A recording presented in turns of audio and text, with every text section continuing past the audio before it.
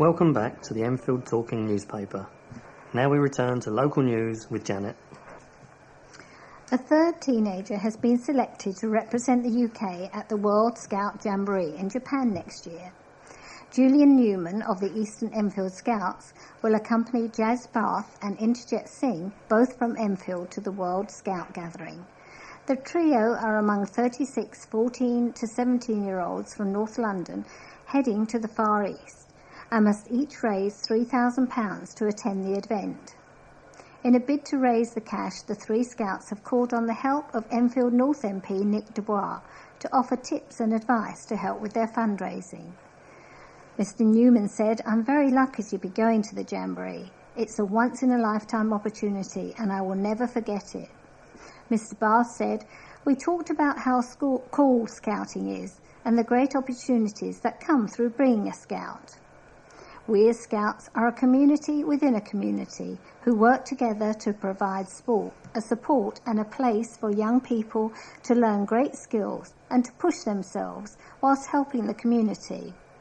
Chief Scout Bear Grylls said, "Congratulations to Julian, Jazz and Interjet and all the other young people who have been selected to represent their communities at the World Scout Jamboree in Japan in 2015. Over the course of the Jamboree, these young people will be able to meet people from around the world, take part in amazing adventures and experiences, and be challenged to think about the global issues in a new light." MPs went head-to-head in a cricket match as they helped raise money for charity. Enfield North MP Nick Dubois and Enfield Southgate MP David Burrows pitted their wits against each other for a second year running in order to raise money for charity Skills for Life, Making a Difference. The charity helps young people and adults get into training and employment in the borough. With Edmonton MP Andy Love getting the match underway, the whole event at Holtwhite's Cricket Club in Kirkland Drive, Enfield, raised a total of £3,078. Now into its second year, the event also included live music, a barbecue and raffle. Mr. Dubois' team ran out clear winners in 2013, but it was a different story this time round, with Mr. Burrows' team taking the glory. Mr. Dubois said, "I had a great team, but sadly for us, the David Burrows 11 was in cracking form. The real winners were the Making a Difference charity, which I was delighted to support." Students streamed across the stage of Chicken Shed Theatre, picking up certificates that bookend years of toil on stage. They were handed the certificates by the theatre's long-term supporter, Claire Skinner, star of BBC TV's sitcom Outnumbered. After the first-year BTEC students had belted out a shamelessly feel-good melody of achievement anthems for the benefit of the packed theatre, the actress told the graduates that what they had learned with Chicken Shed should be taught in all drama schools. "I first came to Chicken Shed 18 years ago, and I was completely blown away by the commitment of the performances of every single actor on the stage," she said. "The huge power of Chicken Shed comes when everyone is on the stage, when everyone is involved, and the actors enable the performance of others."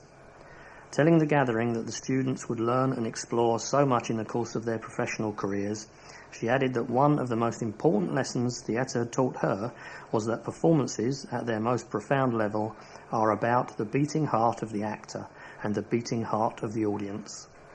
Speaking after the ceremony, the actress explained her passion for the brand of inclusive theatre taught by Chicken Shed in Chaseside, Southgate. "When you see a performance here, it's not about the group. It's about the group, not the individual, and that's such an important lesson to learn." Susan Horsop, one of the students graduating from Chicken Shed's BA degree course, admitted she was a little daunted at the prospect of going out to seek her way in the world. "I can't believe I got this far," the 22-year-old from Essex told the Advertiser. She didn't come to the BA via the BTEC route and was not introduced to Chicken Shed's unique working style until she started on the programme. "I've learnt so much," she added. With everything that Chicken Shed has taught me, I want to go and work with children, not necessarily teaching, but performing with and for them. The ceremony was interspersed with films and slideshows showing the graduating students in various performances and rehearsals. The graduation marks the halfway point of the theatre's 40th anniversary celebrations. If anybody told you when they looked out of their window that there was bunnies running through the street with flashing ears, this is the reason why. The streets were filled with flashing bunny ears recently, as more than 500 people walked the 15 kilometres to raise money for cancer services. The 4th annual night hike in aid of the Nightingale Cancer Support Centre saw residents, councillors and MPs step out onto the streets and raise more than £15,000 to support the free services provided by the charity, which is based in Lancaster Road, Enfield. The hikers left the Civic Centre in Silver Street, Enfield Town at 8 p.m.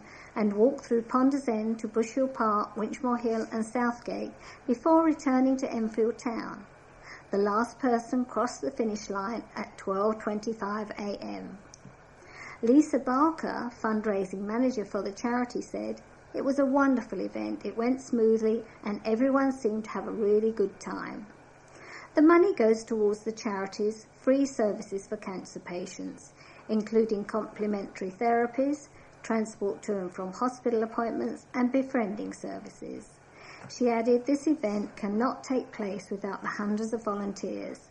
They were so upbeat. Without them, you couldn't run events like this." The hike was supported by Bushhill Park Rotary Club, the Capel Players, Tesco's and St Paul's Church in Enfield Town. Mayor of London Boris Johnson visited Enfield last week to announce plans to free up public land for 11 new schools across the capital. At the official opening of Kingfisher Hall Primary Free School in the Rye, Ponders End, Mr Johnson told Year 1 pupils that the new schools are planned on sites including former police stations and Greater London Authority-owned land in the Queen Elizabeth Olympic Park in East London in order to ease pressure on local authorities. Enfield Council, among others, has come under pressure to provide local school places for local children after the coalition government banned local authorities from creating new schools.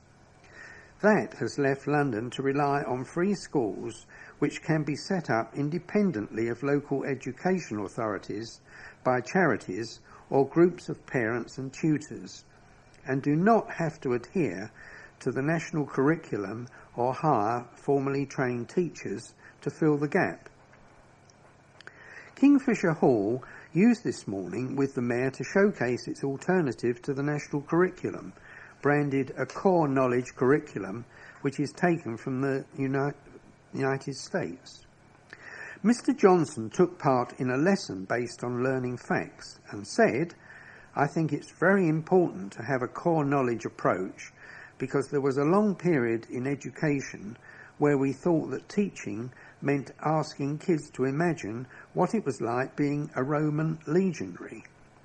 That's good as far as it goes, but it means that sometimes children leave school without really having that bedrock of shared knowledge which everyone is entitled to." Head teacher Matthew Laban, a former Conservative councillor, insisted that core knowledge would not prove a disadvantage for pupils who go on to be in competition with those taught under the national curriculum. He said it will purely advantage them because that's what children at private school have been learning for decades.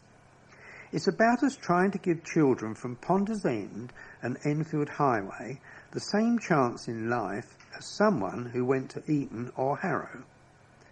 The school is run by the Cuckoo Hall Academies Trust, the organisation that runs Cuckoo Hall Primary School in Cuckoo Hall Lane, Edmonton, a school that was lauded by Education Secretary Michael Gove for its outstanding academic achievements.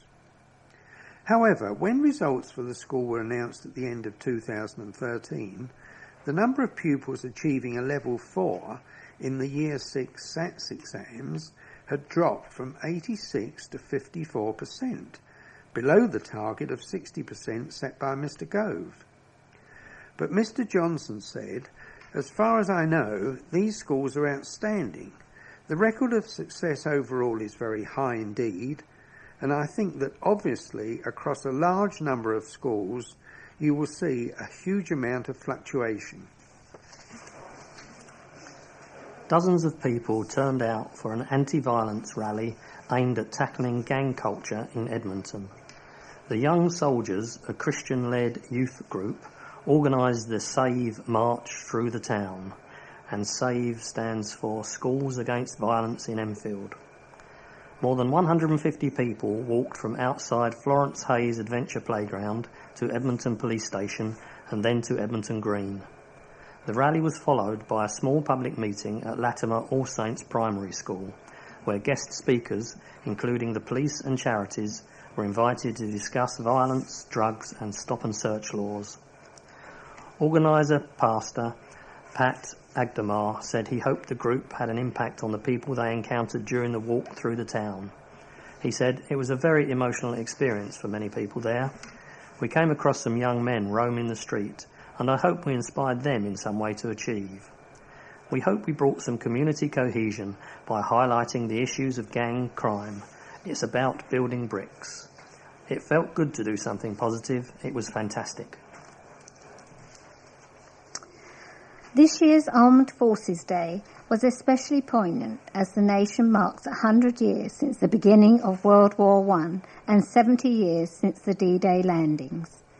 Military personnel, veterans and cadets were joined by residents as they marched from the War Memorial in Chayside, Enfield to the Civic Centre in Silver Street, where the Armed Forces Day flag was raised. The annual event aims to raise public awareness of the contribution the forces make to the country. Major John Rodwell, Deputy Lieutenant for Enfield, inspected the parade and presented able cadet Josie Calhoun and leading cadet Jessica Ann Edwards with Sea Cadet honours. Doug Taylor, the leader of Enfield Council, said, "This year is a unique occasion to reflect on the sacrifices our armed forces have made in the past, during the maelstrom of World War I and in the many other conflicts since then. Our armed forces do a difficult and often extremely unpleasant job with the utmost professionalism, and we owe them an enormous debt of gratitude for the freedoms and opportunities we take for granted." A dedicated young fundraiser took a little inspiration from the World Cup for his latest charity endeavour to help save the rainforest.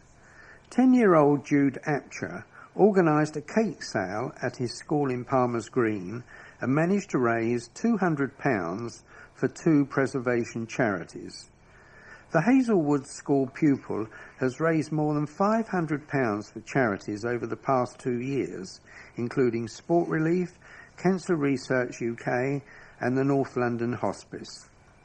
He was inspired to raise some cash for Brazilian rainforest preservation charities, WWF, and the Rainforest Alliance UK after watching the build-up to this summer's World Cup. The schoolboy enlisted the help of other children, Rebecca, Rosa, Chloe, Emma, Winston, Tom and Phoebe, all of whom are child-minding clients of his mother, Natalie Apcher. The team made cakes, treats and rainforest-themed crafts and sold them to pupils and parents at the end of the school day. The money will be used to buy an acre of rainforest from each of the charities to be preserved. Mrs. Apcher from Palmer's Green said it was extremely successful. Jude is always doing charity work, and it was amazing to see all of them working together and showing such incredible teamwork. They have all worked really hard. I am very proud of them. Fears that a £30 million cycling scheme will hurt the High Street have been dismissed. Councillor Alan Sitkin, who represents Bowes Ward on Enfield Borough Council, is the new Cabinet Member for Economic Development and has told retailers that the Mini Holland scheme will not put high streets at risk. In March, the scheme saw the council win £30 million from the Mayor of London, Boris Johnson, to improve cycling in Enfield. But concerns have been raised by retailers that Enfield Town High Street would be at risk, as plans were made to bring in two-way traffic around Enfield Town and bus-only access to Church Street. The new Cabinet Member hopes to end fears of a lack of consultation and told the Enfield Independent that retailers were at the top of the list for consultation. He said, "We were always going to consult with retailers. We want to have a good relationship with retailers, and it's disingenuous to pretend that we wouldn't do that. They're at the top of the list. It will enrich our town centres, not impoverish them. A lot of people go day-to-day shopping with their cycles across Europe, so why not here? We don't want passing trade to go down. That has never been our aim. I'm not convinced that a few cycle lanes will see passing trade drop. The traffic in Church Street is through traffic. There are buses going through." He added, "We need to have rational debate. We will consult. We can solve this and we're intelligent people. Why would we want to blow everything up? It's a work in progress. We want to have more cyclists. It was clear in the plans that we need to have a possible plan, but it was made explicit that we would consult further. Consultations on Mini Holland scheme is due to take place in the coming months." A teenager couldn't hide her excitement after claiming a spot at a beauty pageant national final. Saffron Corcoran, 17, of Bertram Road, Bushhill Park, was crowned Miss Teen Greater London 2014 and has booked her place at the grand final of Miss Teen Great Britain in Blackpool in August. After beating hundreds of competitors across the capital, Saffron's debut at a pageant final will also be her last event as a teenager. The teenager said, "This will be the biggest pageant I have competed in. I deliberately waited 2 years to compete to ensure I gained lots of experience and confidence before I walk on the stage. This will be my final pageant as a teenager, so I'm hoping to leave the teen category on a high. The event will take place over 2 days, in which competitors will take part in photo shoots and the first Beauty Queen Challenge Day." She added, "Making it this far is a great achievement, as I know how big this pageant is and how many girls are yearning to reach the finals. I'm most looking forward to meeting the other contestants. Pageants really bring us girls together and create lifelong friends. My parents are so proud and thrilled.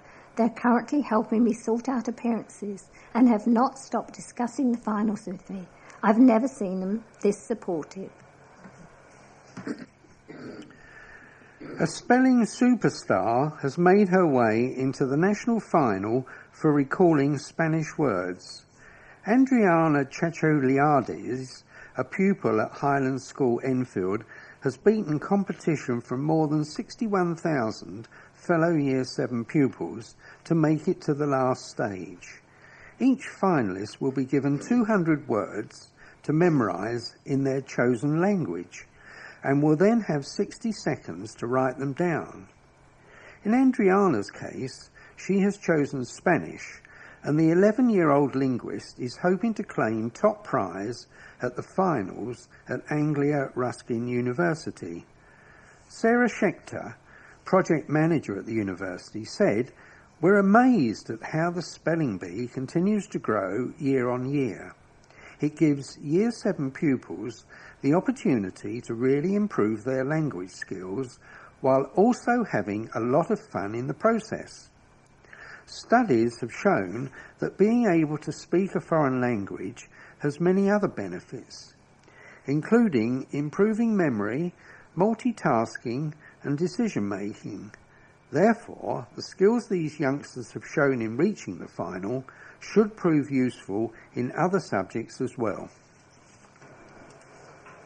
While negative headlines about school governing bodies have been making the national news, the governors of children's education in Enfield have been free of controversy, and they have been recognised for their achievements at an annual awards ceremony.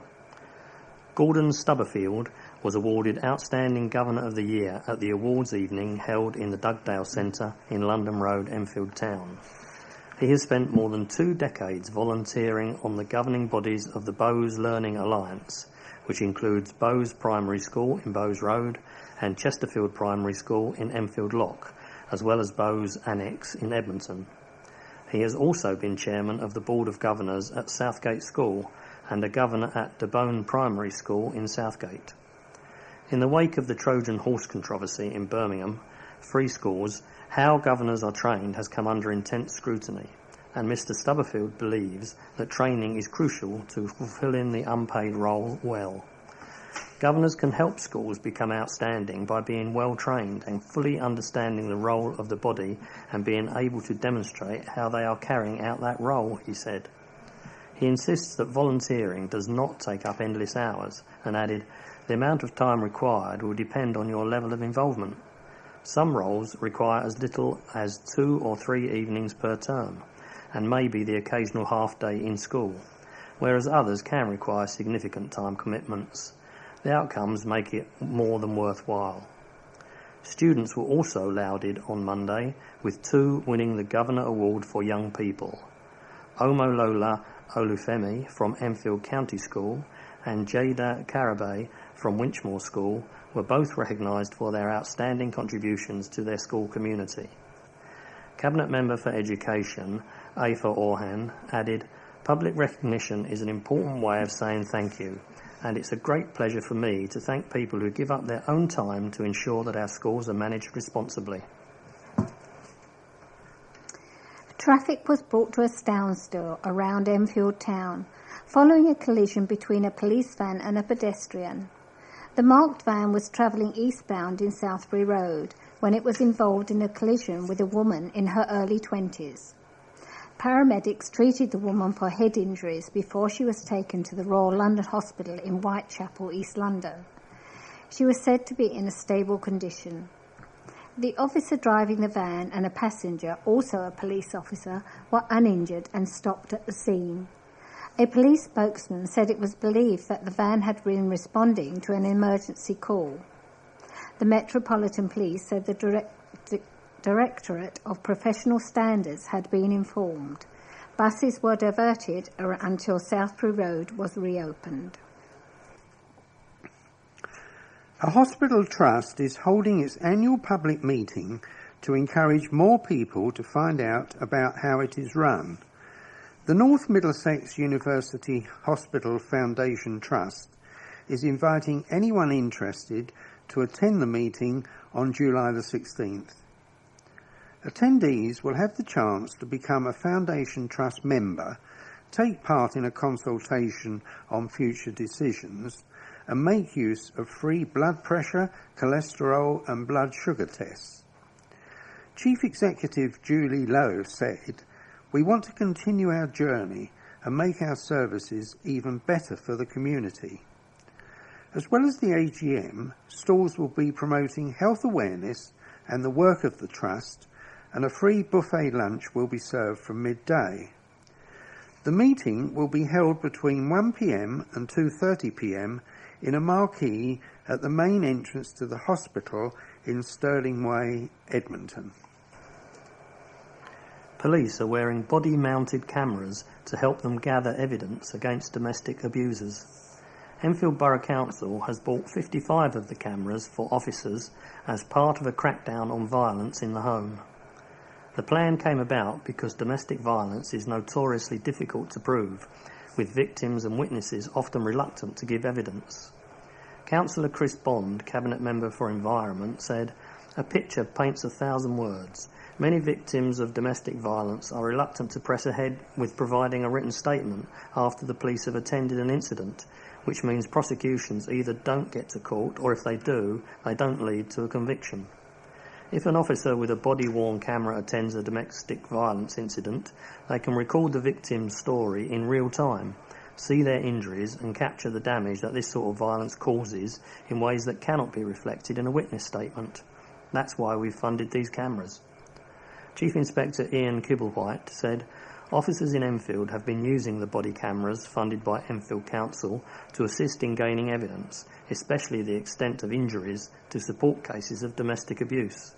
The cameras have led to several prosecutions and have also been used to record evidence at crime scenes and provide an immediate capture of evidence in a number of scenarios. This is another example of how we work closely to tackle crime in Enfield with Enfield Council. Care staff transformed a residential home into a Mad Hatter's Tea Party as part of National Care Home Day. Azalea Court in Bush Hill Park hopped into Wonderland for the Mad Hatter-themed party, with workers donning fancy dress costumes. The manager, Janet Elsden, said, "It was wonderful to welcome families, friends and visitors to Azalea Court and to see our residents having such a good time out in the garden. We look forward to doing it all over again for our summer fete on August the 30th. The care home was taking part in the open day for the second year in succession. Students will encounter Olympic-grade sticky waves and gnarly water when they represent Enfield in a whitewater rafting competition.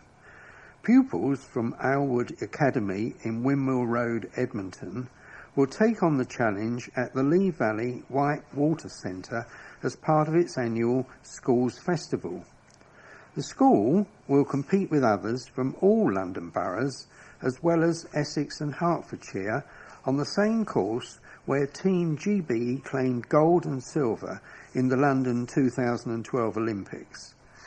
Lee Valley Regional Park Authority Chief Executive Sean Dawson said, "We're very pleased to announce that Lee Valley Whitewater Centre will host this annual schools festival, giving hundreds of students the chance to try whitewater rafting at this world-class venue.